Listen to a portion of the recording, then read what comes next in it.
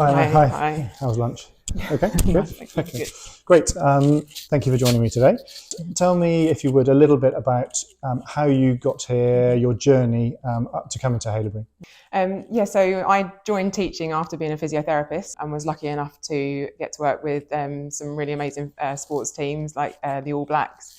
And I worked at London 2012 as well with the wrestlers. And I started at Haileybury as a trainee teacher, and I was the resident tutor in Albans as well.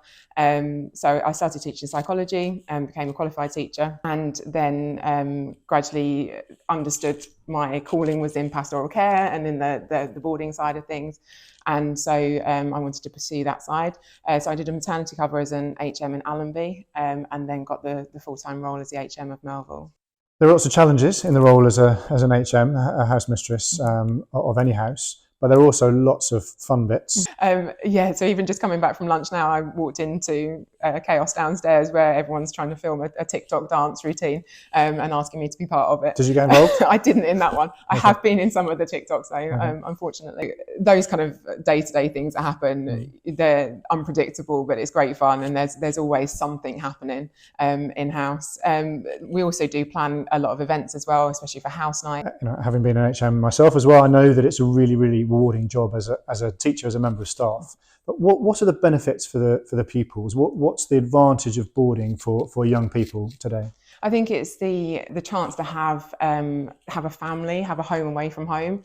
It creates a really lovely atmosphere of community and allows the pupils to build up their independence as well and learn lots of life skills. It allows them to build up lots of different relationships between different year groups. Within Melvill, we have a system of house families where they're vertical groups. So there's a member of each year group within the house family, and it's run by one of the upper sixth. So when we have competitive sort of house events, they do those in their house families, and that just builds up the interaction between the different year groups. How do you kind of build a good culture in a house? What does a good culture in a house look like?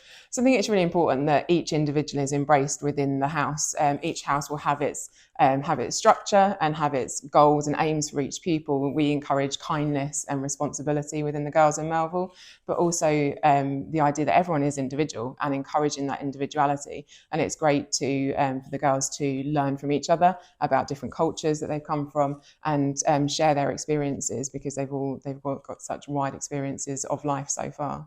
So Emma, can you tell me a little bit about what you've learned from your own kind of research into proactive pastoral care? Some of the work I did for my master's was looking at gratitude and mindfulness as ways in which to enhance people's wellbeing. So that led to us opening a wellbeing room in Melvill. So it's a place that the pupils could go to where they've got space. Doing a gratitude journal, filling in a gratitude journal every day can actually help boost your wellbeing, and also having some space to do some mindfulness and just take some time out during what is a very, very busy day and busy week at Haileybury. We also, from the research, looked into proactive ways in which we can track and measure wellbeing, and that's led to us using a platform called Steer, which measures different areas of pupil wellbeing and allows us to track our pupils over time, so we can see how they're dealing with the stresses and strains of life. They use the analogy of travelling down a road, and there's lots of different distractions on that road, and pupils need to know how to deal with those distractions. A lot of what we've been talking about is to do with kind of research and kind of scientific side of things, and I know that you're heavily involved in the Haileybury Journal for Educational Research programme. Can you tell us a little bit more about that, please? So the journal came out a couple of years ago to start with, when we were looking at oracy within the classroom, and groups of staff looked at different oracy techniques and did some research into their effectiveness, and then that research was written up and published in the journal. Since then, we've evolved the journal to look at the pastoral side of things as well. So we've got groups of staff who are working on different projects at the moment, looking at things like the difference between coaching and mentoring for pupils, and also looking at how to build pupil resilience as well. So it's been great that it's evolving into its own thing, and hopefully it will be something that grows and grows over the next few years. And just to be clear, this is proper kind of scientific stuff, in the sense that methodologies and literature reviews and that kind of aspect as well. Yeah, absolutely. We've been carrying out literature reviews. There isn't a lot of literature out there within the UK around boarding, so it's great that we're having a chance to actually investigate some areas that are quite new, but it's also a really methodical in the way that people are going about the research, and making sure that it does fulfil a research criteria as well. And great, I guess, also that we've got the practitioner side of things here as well, so we can kind of implement that afterwards and then feed back, and it's kind of a virtuous circle in a sense as well. Yeah, and it's always worthwhile, even if something doesn't work, looking at it and saying, well, why did that not work in that situation? So it's a really useful way of developing professionally as well. You spoke as part of the Institute of Boarding for the Boarding Schools Association recently. I had a year working as a BSA research fellow, and I was looking into proactive ways of tracking wellbeing. Instead of firefighting when an issue arises, how we can be one step ahead of the game and make sure that pupils are set up for the stresses that they're going to go through in life. I got to visit different schools and find out what strategies they used, and that led to us implementing STEER here as a school. But it also allowed me to have a bit of crossover from my previous career as a physio, because when I was working in that area, a lot of the things we were doing were something called prehabilitation. So we were preparing athletes for what they were going to face on the sports pitch. And I kind of used that analogy and said, well, can't that apply to our pupils here with their mental health and their well-being? If they are prepared mentally for what they are going to face, then they will hopefully have much better well-being. And so let's now bring that back into kind of the practice in the boarding house with the pupils. What does that look like? Bringing all of that theory and guidance and research. How does that translate back? Really helpful to look at each individual, and in conjunction with their tutor and the rest of the house team, to kind of build up a profile almost of what that pupil wants, what their outcomes are, what they want their outcomes to be, because they will all be different for everybody, and how they're going to deal with the stresses that maybe they will face on the way.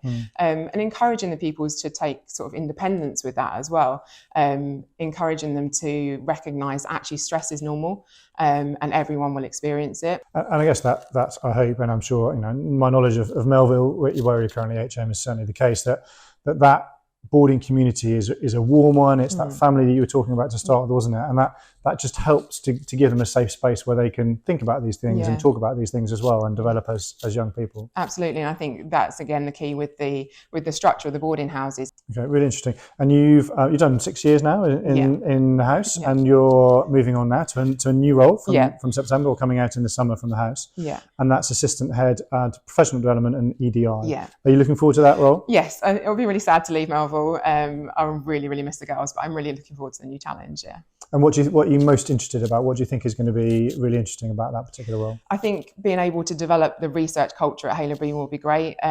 We've got a really good system of professional development here, where staff are really interested in constantly developing their own practice. But I think pushing that forward. Tell us a little bit about the other areas maybe that you're involved in terms of sport and things like that. Yeah, so sport's always been a massive thing in my life, and so it's such a great opportunity to be able to do sport whilst you're at Haileybury. So you get out of the classroom and get outside, and you see the pupils in a completely different light on the sports pitch sometimes as well.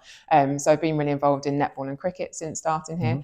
I also got a chance to sort of do a bit of crossover with the physio side of things as well, and put together a rehab program, which I think again is really beneficial to mental health. Even if you are injured, you can still get in the gym, you can still do certain things as well. So I think it's really important, isn't it, to support them during injury times as well. Yeah, certainly that cricketing term, the summer term at Haileybury, everyone says it's the best. Obviously, all three terms are amazing here, but it's certainly the summer term at Haileybury is pretty special, isn't it? Yeah, so it really is. The grounds on a sunny day are beautiful. Now, one of the questions that we were going to ask you this week, each week we ask the interviewee to suggest a question for the following interview. And Tom's question to you, therefore, was what's your favourite event at Haileybury? I actually really love the dance show every year. It's fantastic. I have lots and lots of respect and quite a lot of jealousy as well for the talent that pupils have. And it's great to see them on stage in such a variety of dance. And it's really lovely that Haileybury Turnford come for that event as well. And it's great to see the pupils interacting from both schools. It is a fantastic evening, certainly when I've seen it. Excellent. And therefore, your turn also to ask a question for our next interviewee at some stage. What would you like me to ask them? I think I'd like you to ask them what their favourite hymn in chapel is. Yeah. Great, Emma, really interesting. Thank you very much for your time today. I imagine the girls are probably waiting for you back in the house, no doubt, maybe for another TikTok.